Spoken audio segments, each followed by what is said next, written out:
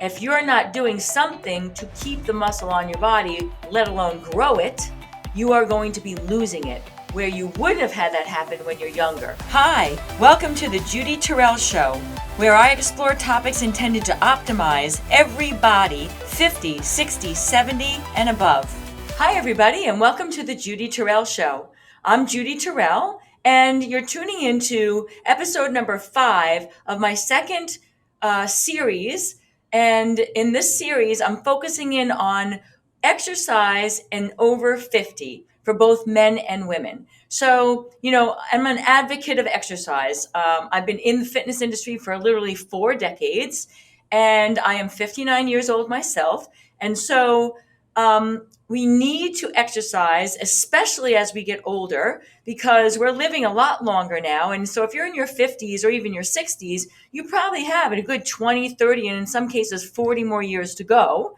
And you want to be able to be self-ambulatory. I know I do. When I'm 70 years old, I don't want to have a walker. I don't want to be in a wheelchair. And so exercise becomes very important from 50 and beyond, even more so in some, you could argue, than in your earlier years. And why is that? Okay, so, as we get older, in particular, human growth hormone, estrogen, and testosterone all start to decrease. They don't start to decrease. They've actually started to decrease long ago, but they really take a nosedive, especially for women, once you get into menopause with estrogen. And so those 3 hormones are very involved in muscle development on your body. So because as we age, those 3 hormones and others, change, and they tend to change in your 50s at a pretty significant amount, but then they kind of stay that way. There's changes and degrading that goes on as you age, but there's like the decade of the 50s is a big change. And then you kind of have a similar, kind of foundation of that moving into the rest of your life. But that 50 decade is very different. The changes that go on there are very different than your earlier decades of life. So there has to be some adjustments to your exercise because of the change of hormones that go on during your 50s and then beyond. Now, when it comes to exercise, there's 3 main types of exercise. There is mobility or flexibility, there is cardiovascular, and then there is strength training or resistance training. All 3 of those are necessary no matter what decade or stage of life you're in. However, as you get older, the priority of those 3 starts to change. So when you're younger, we want to have lean bodies, low body fat. We want to be buff, we want to have muscle, but our bodies are naturally carrying muscle, because our hormone levels kind of keep what you have in place. That changes in your 50s. And you're pretty flexible. Your tissue's young. It's got a lot of collagen and elastin, and it's hydrated. So when you're younger, people tend to focus in on the cardio to try and get lean and keep the body fat low. And, a lot of guys in their earlier decades of their life, they want to be as big as possible. They still focus in on the strength training, and kind of nobody really focuses on the flexibility in your 20s, 30s, because you have it, right? That ratio is going to be different when you start to hit your 50s, and really as early as 45 in my work with coaching and designing programs and working one-on-one training with people of all ages. 45, but you might be on the line, you start to need the changes then, but definitely 50. And like I said, I'm sitting in a 59-year-old body now, and I'm telling you that as you progress through your 50s, and with the clients I work with who are in their 60s and 70s and 80s, it's even more important that the ratio of those 3 types of activities changes which one takes priority and which one and how you have to train within each one of those types of exercises. Okay. So when you hit your 50s, the cardio is still very important. You want to keep the blood flow. You want to keep your ability to oxygenate your body. You want to, keep plaque from forming in your arteries. You want to keep your oxygen at the highest level and the respiratory rate. So, cardiovascularly, that's what happens when you're doing aerobic type activities. You're demanding a higher amount of your lung capacity and your circulatory system. And that is all good for a lot of health issues: high blood pressure, stroke, cardiovascular disease.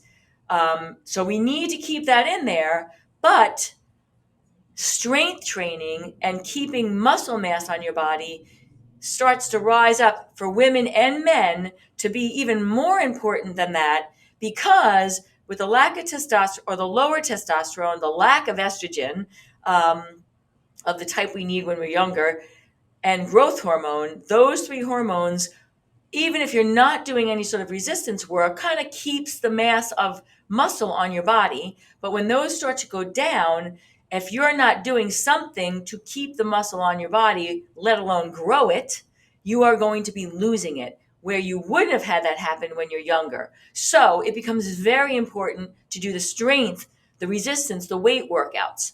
Okay, that level pops up a bit for women and men once you start to get into your 50s, 60s, and 70s, and the cardio might have been a little bit higher when you were in your younger years. Now, pliability, muscle flexibility, that is also becomes very, very important. But I did another segment on that earlier in this 6-week series. So I'm going to focus in on the muscle and resistance work in this one.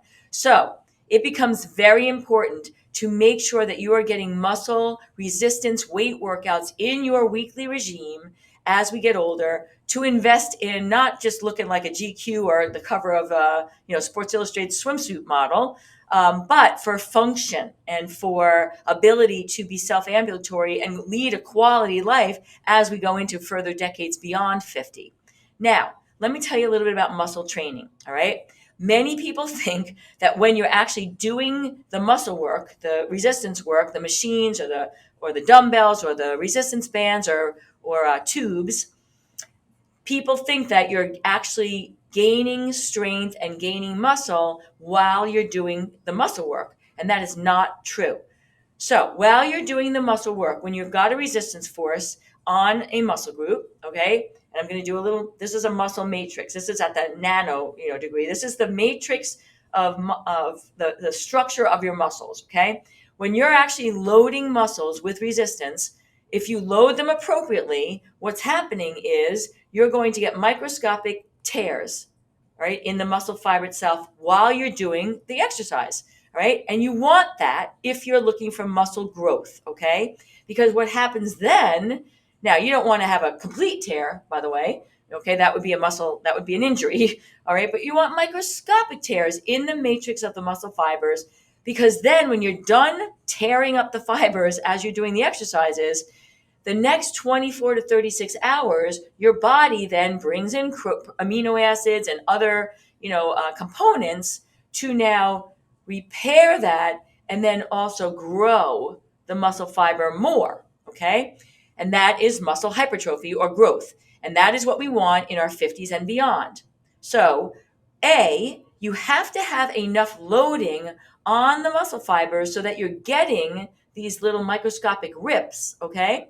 But you also have enough recovery in between the session when you're doing the muscle work and then your next session, because that is actually where the repair happens and the growth happens. Now, you can't have the repair and growth happen, so the longer time in between is not necessarily good either, because it's a combination. It's a pulsation of load, rip, and then unload, recovery, and repair and build, okay? So, you have to titrate this in through your week. So you're getting enough of the loading and then enough of the recovery. So that's number one. Too much loading. If you're doing this kind of strength workout every single day on the same muscle groups, you are not going to make gains. You're actually going to go backwards. All right, but that is not where I want to focus this session right now, or this podcast.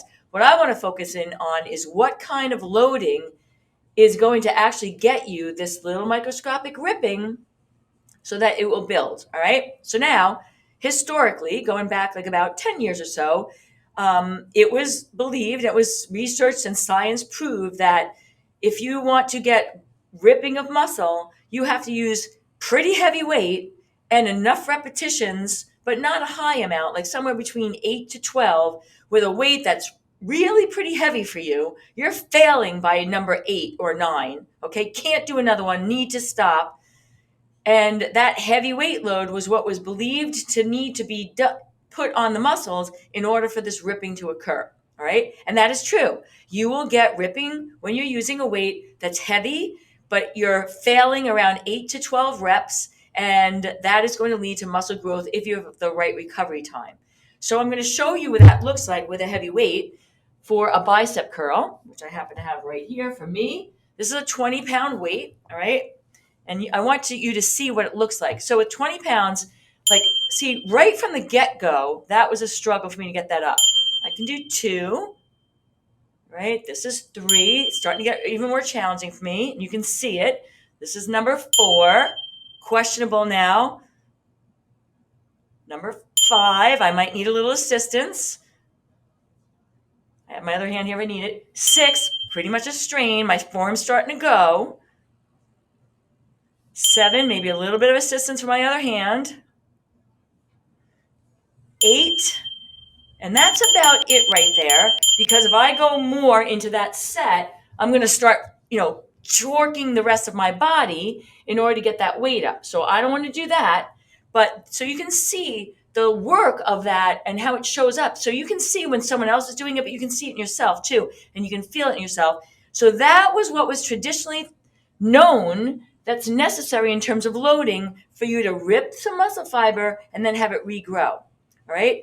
Now, when you're 20 and 30 and maybe even 40, working with those weights and giving enough recovery time, all good, okay? But when you hit 50 and the muscle fibers are older, there's less elastin, less collagen, less hydrated, the DNA, RNA that's reproducing these muscle fibers is older, and again, not for this podcast, but it's not as vital, let's just say, as it was when you're younger. And then you don't have as much testosterone, estrogen, or human growth hormone. And so when you're using those heavy weights, it may result in tendinitises, because the tendon is where the muscle connects to the bone, and that end part, it's with that torque of that much weight, it's susceptible in older tissue to get inflamed. Also, the muscle tissue itself, you can rip it more than just a couple of them, and it might lead to like a bigger section of rip, and then you're not just rebuilding, to make the muscle hypertrophy, you're rebuilding what is like an injury, okay? So now you don't want to take your ripping to the point of an injury. So what is a 50, 60, 70-year-old person to do if estrogen and testosterone and human growth hormone is low, and we need to do resistance training in order now to keep the muscle we have, let alone grow it? But the weight protocol that was for when we're younger sets us up for injury. And I'm sure many of you who are listening or watching this have done this if you're in your 50s, 60s, or 70s, where you're like, okay, I'm going to get in shape now. Like, that's it. The doctor just told me, I'm for a variety of reasons, I need to build some muscle, or I know myself, I'm feeling very weak, and my body fat's up, but my muscle's down, and I'm not feeling like I have the strength to play with my grandkids or whatever, and you're like, okay, I'm going to go back in the gym, and you're going to use that protocol. And it's happened. I've had clients come to me where they just went back in the gym, and the first time they went to work out, they hurt themselves, and now it took them 4 months to recover from that, and now they're like gun shy to go back and do it again. So right now I'm shooting this in 2022. Here's the good news for us 50 plus people, okay? What the new research shows when it comes to muscle development is that you don't have to load so heavy if you're using a moderate weight and enough reps to get to that same point of failure. All right, so now I'm going to show you what it looks like. The weight I used before, the first demonstration, was a 20-pounder. That would be appropriate if I was younger, and even now as I'm 59, but I may not want to use that because I want to increase my risk of muscle injury while I'm trying to strengthen. So now I've got a 15-pound weight, okay?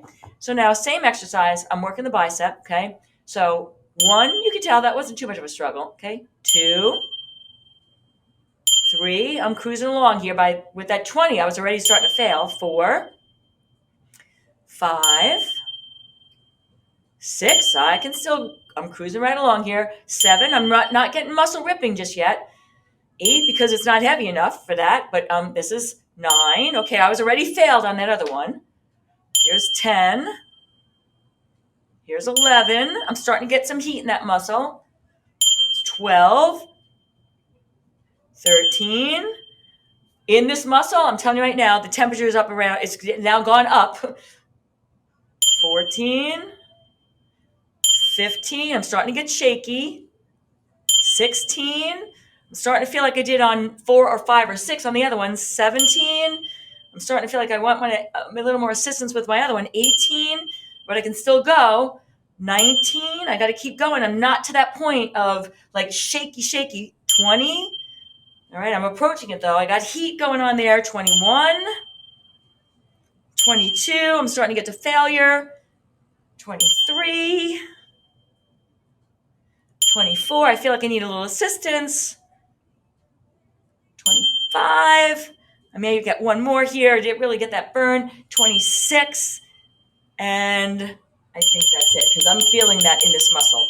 All right, I got like quivering going on. I got heat in that muscle. It's feeling kind of stiff right now because there's a lot of blood now pumping in there. It feels like it's puffed up. All right, so now what the newer science is showing, newer in the last decade, is that if you use a moderate weight versus the heaviest you can go, and you go above, you got, like, obviously if I use the 15, I only went to 8 to 12, that would not be enough to get, like, this is sore, right? I can feel this, like, it's like, ooh, it's like rubbery right now. But I did 26 reps, okay? 26 reps, not with a weight that was like 4 pounds or 5 pounds, because I pick up my pocketbook and it weighs 10 pounds. So that's too light to get the ripping. So you got to find the combination where it's heavy enough that it's somewhere between 15 and 30 reps. You're getting that same or similar feeling to what you got with the heavy weight. But why you want to do the higher rep with a pretty good weight, but not too light of a weight, is that what I just demonstrated has been shown now to do this in the fibers, not this, okay?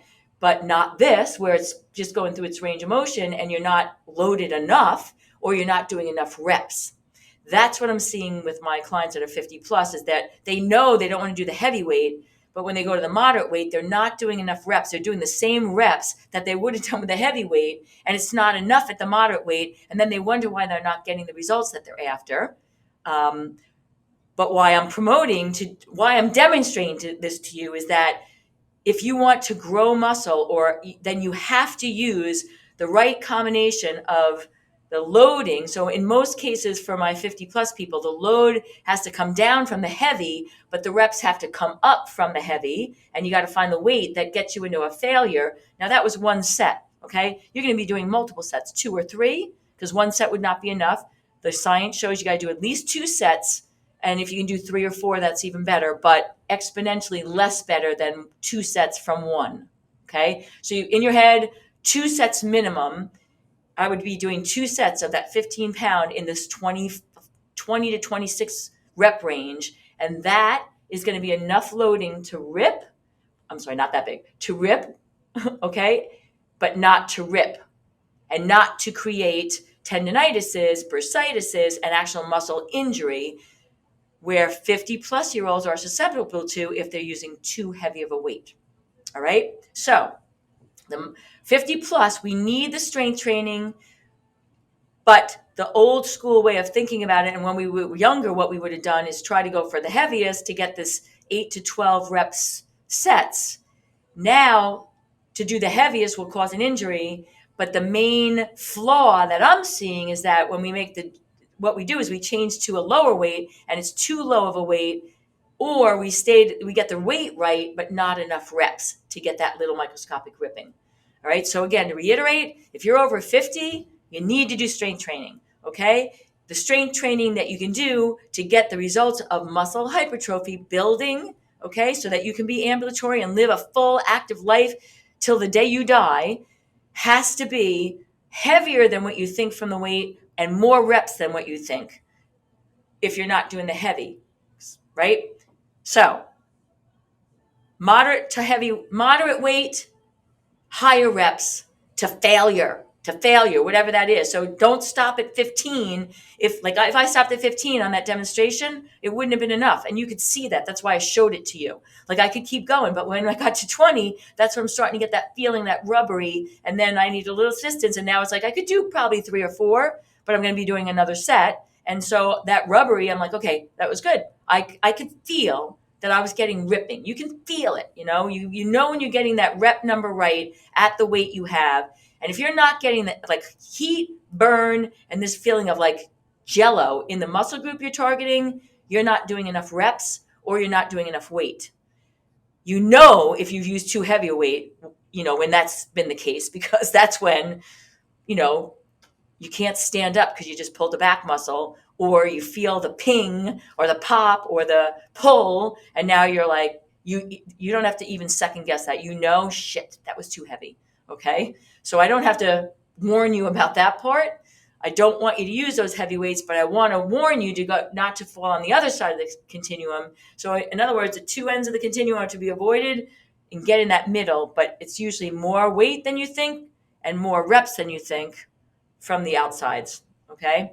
So if you're finding this valuable, I have a website, judyterrell.com, and on that website, I have a 4-part series, one for men, one for women, 50 plus. What do you need to do for your eating, for your exercise, for your thinking, and for supplements that are from 50 plus that will benefit you for the next 50 years of your life once you go through this stage that happens when these hormonal changes happen in your 50s. So check that out if you think that might be valuable for you.